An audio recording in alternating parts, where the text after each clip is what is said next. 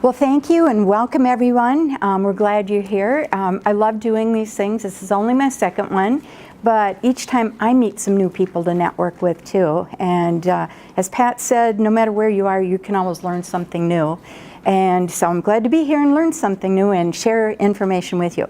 First thing I'll tell you, again, my name is Cindy O'Donovan. I specialize in business consulting and human resource management, and my focus today is talking about recruitment. You've heard that commercial where people say, oh, hiring is the worst part of my job. Well, then why are you in business? Don't you work with people? And wouldn't you be excited to get the right people working with you? So that's what we're going to talk about today. Talking about hiring right for your business, there are some differences. Do you want the best person? You want the most qualified, lots of credentials, lots of experience? Do you just need an extra set of hands, somebody who's going to listen to you instead of tell you what to do and how to do it? Do you want someone there for a long time? Or just, I need some help right now, get me through this stage? You can do hiring right for any one of those situations. And there's a method and a process to it, and we can't cover it all in 20 to 25 minutes, which is my allotment today, but I'm happy to talk with you at any other time to go through more details. So, an overview. I started this business with Dr. Julie Cheetah. We had worked together at a university setting and found that we both had like 25, 30 years of experience of recruitment. So we bill ourselves, or I shouldn't say bill ourselves, but we brand ourselves as we've got 50 years of experience. So we kind of know the ins and outs, and we know what works, we know what doesn't work. We also get surprised periodically, but we work through it. So we believe that organizations succeed through the performance of their people. Well, part of that is selecting the right people and doing it the right way. We really do believe that hiring is the most important thing you can do for your business, and we're going to talk about that recruiting experience. So, with our agenda for today, we're going to talk about some of the current employment trends, so some of those external factors. What are they? How do they impact your hiring process? Effective planning. If you don't start with a good plan, you're going to be swimming, and it's going to be difficult. And you wouldn't go into a business without having a plan for the money. Well, if human resources are one of your most important assets, why wouldn't you plan as well there? So we're going to talk about that. Top 5 dilemmas in finding and keeping employees, the 5 key decision points, and how to improve your hiring results. Here's some of the trends. So unemployment right now, lowest rates that we've seen in 8 years. That means workers have more options, and trying to retain them is going to be more challenging. More people are going to be age 65 than school age by the year 2020. So what does that mean? The younger workforce is shrinking, the older population is growing. That might be a key asset for you. Job seekers use an average of 16 different sources looking for jobs. Are you in the right places? And are you in more than one place? 25% of new hires will resign in less than a year. So do you think it's important to hire the right ones? You don't want to have that revolving door. Orientation and onboarding can help you make or break that. 77% of employees are open to or seeking new opportunities. That's a key issue for engagement. So without having an engaging work environment, you risk losing them. The cost of a bad hire is quantified at 1.5 to 2 times their annual salary. We've got a quick and easy formula. You can plug in your own numbers on our website. If you want to do that calculation for yourself, you'd be surprised. So, things to keep track of. So the effective planning, I think I skipped a slide. Nope, I didn't, sorry. Effective planning, yes, it's important because you don't want to end up on those statistics on the front page. Know what you're looking for. What does the role really involve? And again, what level of expertise do you need it? How long do you need it? So what are the qualifications? Do you need somebody with a degree and 5 years of experience? Or maybe somebody who's still in school, has some current knowledge and the technology ability to do things for you. What are your options for full-time, part-time? Market compensation and the ability to pay. So take a look at your market. What are your competitors paying? Can you afford to pay that? And to Pat's point, it's not just the salary that you need to be considering. So in our toolkit that I'll show you later, we've got worksheets for that. And then finally, defining your search and evaluation methods. Talk more about that in a few slides here. So the business case for this, as we said, 1 in 4 workers will be gone in less than a year. 30 to 50% of new hires fail. That tells us something about the selection process and finding that right fit. And the cost of a wrong hire, as we said, is pretty expensive. But most of all, your reputation is at stake. How your business grows is dependent upon your ability to find the right people. So let's go. Top 5 dilemmas. This is what we hear consistently from employers. How do I know where I'm going to find these people? So the source is to find employees. Attracting the right ones. Evaluating their skills and abilities. As I said, that can be the most challenging area. Crafting job offers that get accepted. If you're looking for a millennial, are they going to want the same package that maybe your close to retirement top-notch expert is going to want? They have different needs. Your benefits people will tell you about that shortly. And then finally, retaining the right employees. Sometimes it's okay for them to go, and sometimes it's good for both of you. So there's a way to do that too. But we're going to talk about sourcing right now. Go to where they go. Well, what does that mean? Let's say you're looking for somebody that, to sell. You might go to a trade show and find people who sell. Your employee referral network, if you have employees already, talk to them first. Help them help you grow. If your employees like working for you and they do good work, they're going to be helpful in helping you find good people too. Look at professional associations and trade associations too for employees. Join and attend their associations, participate in community events. Sometimes just networking at chambers or other events, you're going to find people. And go after underutilized groups. I've got a brochure back there that talks about underutilized groups, and I won't quote all the statistics because there's too many, but returning military often gets kind of skipped. They're almost invisible when you're looking for people. Let's see, we've got a huge disabled population, 14% unemployment rates. Disabled doesn't mean they're non-functional, but sometimes people make that assumption wrongly. And then there's the 50-plus workers. If they get laid off because of a closure or something, they're oftentimes the most long-term unemployed. And finally, I think there's over 300,000 underemployed people who aren't even actively searching. So lots of sources. How do you find them? Through a variety of sources. The last thing I'll say on that is don't over-rely on technology. There was a study done by Career Builder 2 years ago, and there was an assumption that by recruiters that 89% of them said, oh yes, job seekers are looking through technology or social media to find jobs.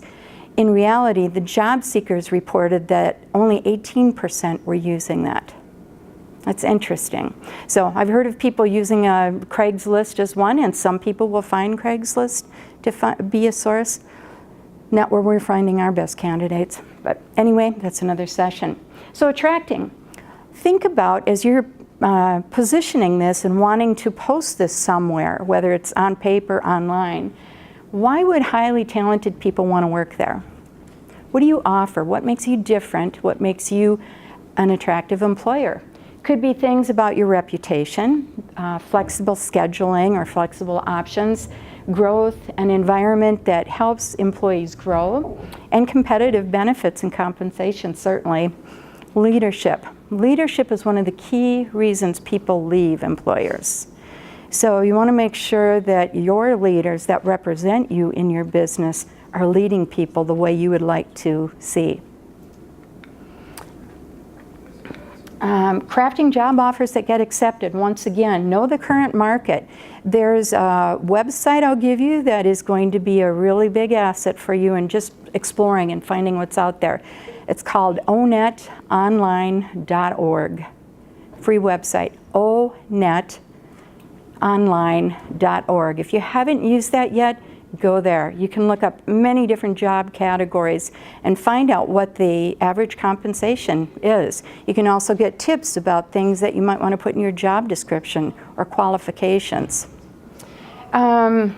Include monetary and non-monetary elements in your compensation and benefits package. And again, what we mean by that is flexible schedules, maybe an opportunity to go to a conference. Sometimes employers who maybe can't pay top dollar can offer other things that are just as valued by that employee population they're targeting.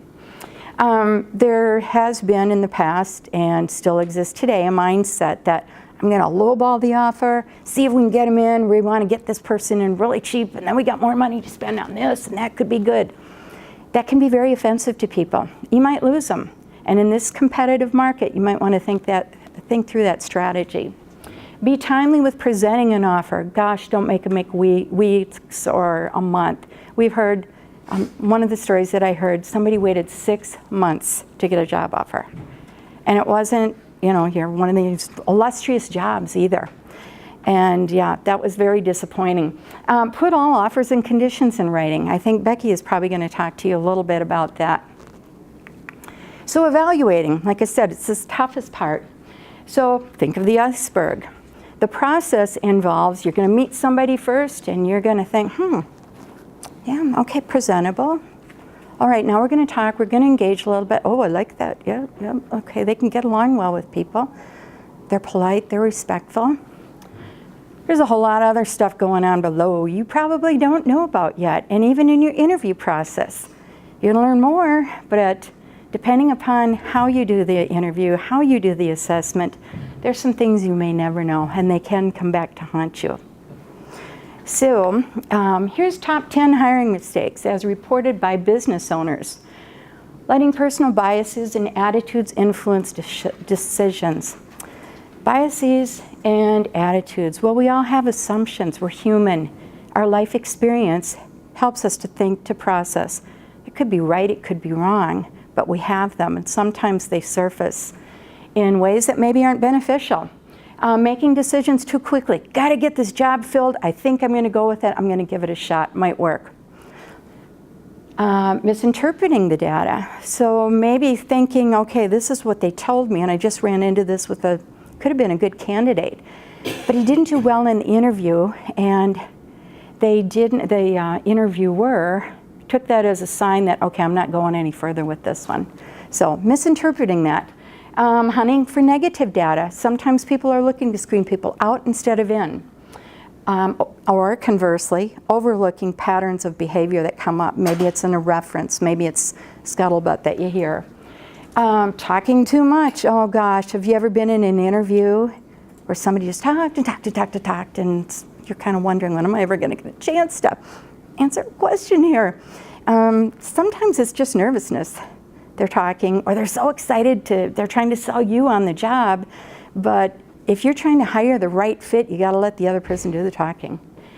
Jumping to conclusions, that has to do with the biases and assumptions. Failure to hire for fit, again, finding the right fit, not what's the best I can afford right now, or gee, this is what I need today, but not thinking about tomorrow, or the other way around. Boy, they're going to be great in 5 years when we do this. They might not be around that long. Poor or absent onboarding process, we talked about how that can affect your retention rates. And then finally, something that comes up is kind of priming candidates on what you want to hear. Of course, they're looking for that. They're hoping for an in on this. And an example I would give is customer service. Tell me about your customer service skills, George. What are you going to tell me? You're probably going to say, oh, they're great. I'm really good at this. If I say, Thomas, tell me about a time you had a really good customer service experience, or that you delivered really good customer service. What was the situation? What did you do? What was the result? And what would you do differently if you had it to do over again? Or Judy, what if I say, tell me about a really bad customer experience. It was just awful. You hope you never go through that again. What happened? What did you do? See the difference? I'm going to get a whole lot more information from that person rather than, yep, they're good. Okay, so 5 decision points. We actually designed a hiring game. which is loads of fun. And we've done this with chambers of commerce, professional associations, college, career services, number of different groups, and employers. And we actually designed it because an employer said to us, we don't hire very often. I'm not sure we're doing it right. Can you teach us how? So we thought, well, let's do an engaging process that actually has them walk through that experience. So participants are the recruiter. We set up a scenario, we give you 5 sets of cards, and in that card sort then, you review resumes. You do a screening, like a phone screen. You do an interview, you do reference checks. And hint, hint, if you don't do reference checks, do them. Do not miss that step. And background checks, which of course are required by law in some types of business. Not all employers follow these 5 steps, but we strongly recommend it. We would not hire without them. And again, remember that iceberg thing? Each layer adds new information so that you're getting a better idea of what you're bringing in. So once you hire them, how do you keep them? Now that you're excited that they're coming, you hope they're excited they're coming too, but it's more than that. It starts at the very beginning with their welcome to the organization. Do you call them maybe a day or 2 before they're starting? Great, I can't wait to see you. We're looking forward to this. Come on up to my office. We're going to go do lunch then. We're going to meet this group and give them an idea what they have to look forward to. But beyond that, make sure they get into their payroll system so they aren't surprised by not getting a paycheck. Bernie's going to tell you about that. And make sure you get them the benefits information so they know when that's going to start, when they're covered. Don't forget to tell them about, are they going to get paid for the 4th of July holiday? That'll be important. So lots of things to do with that orientation, and then onboarding is something different. That's actually a process, not an event. That's where they get to know how do things work in your organization. Whether or not you have an organization chart. Who's the go-to person? If I'm stuck, I can't figure this out, and I'm a little unsure, do you want your employees, you want me making a decision on my own? You might, but give me some guidelines to work with so I can make the right decisions for the business. So provide them with the tools, check in with them frequently, and provide them with an engaging environment. Seek their opinions. You hired them for their expertise. Let them share it. So to summarize, to hire the best, you also want to protect your business. These are the things you want to do. Know exactly what is needed on that job. Don't overhire, don't underhire. Establish a recruiting strategy. Know where you're going to find people, because guess what? If you find a good person at a good source, you might want to tap into that source again. Gather the meaningful data. Sometimes we're just looking at all kinds of data and it's like, does that matter? I don't know. Get the right data. Use reliable evaluation processes and methods. Include others in your process. In other words, get others' perspectives. Don't go on your own. You'd be surprised. And especially if you have others in your organization with different skill sets, with different roles, you'll want their perspective as you're building that team. It's part of how you build that cohesion. And as I said, you want to follow a legal process. You want it to be consistent, maintain good records and documentation, focus on the data, in other words, the evidence versus your gut. Don't ignore your gut, but find the evidence. And be realistic. Don't overpromise to get the right people. Conclusions. Have some skills. Learn about this. There's lots of ways you can do that. Have an effective process. Use multiple sources. And there's a lot of different things you can do with assessments. That's something you probably want to talk to people about. And by all means, research it. Check out some different people or organizations that offer it. And then check with people who are using it to find out how effective it is. Some of them can be pretty expensive. So, and then last, create an engaging environment. We can help you do that through the book that we just published. Talk about tune in and tune up, simple and low-cost ways to increase profitability through your people. And with that, I will just tell you we have a workshop about hiring right. A hiring toolkit, which is over 100 forms and how-tos and templates and things like that you can customize. And then the game is a lot of fun. Here's the references if you want to check out some of the research. Any questions before I turn it over to our next speaker? Yes, Thomas.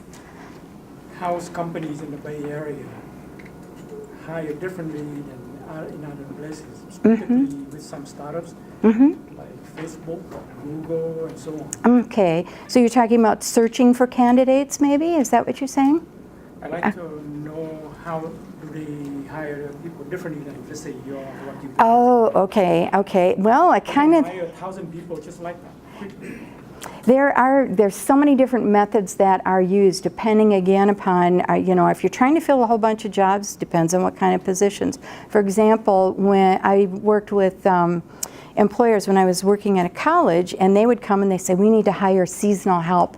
It's Christmas is coming up, we need more people and just temporary. So they would have a different search strategy. They might do job fairs. They might go to a number of different college campuses or schools. They might go to the workforce center.